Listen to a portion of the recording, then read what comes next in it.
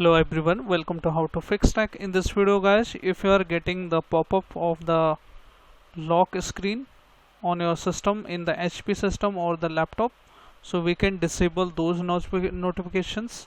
So how to do that? You just simply go to search bar and type there add and remove programs and open the simply add and remove program. And once you open this, you need to look for, just scroll down and you need to look for this HP system event utility. Just click on that and simply uninstall it. This comes by default in some time, so you may get this issue. So after uninstalling it, it should fix any kind of issues related to this lock screen notifications.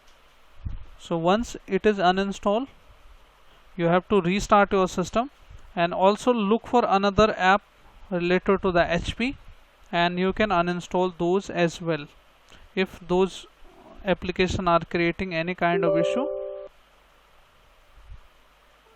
So you can simply uninstall them.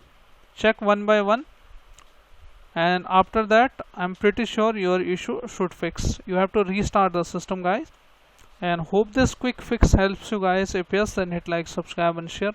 Thank you. Thanks for watching How to Fix Tech.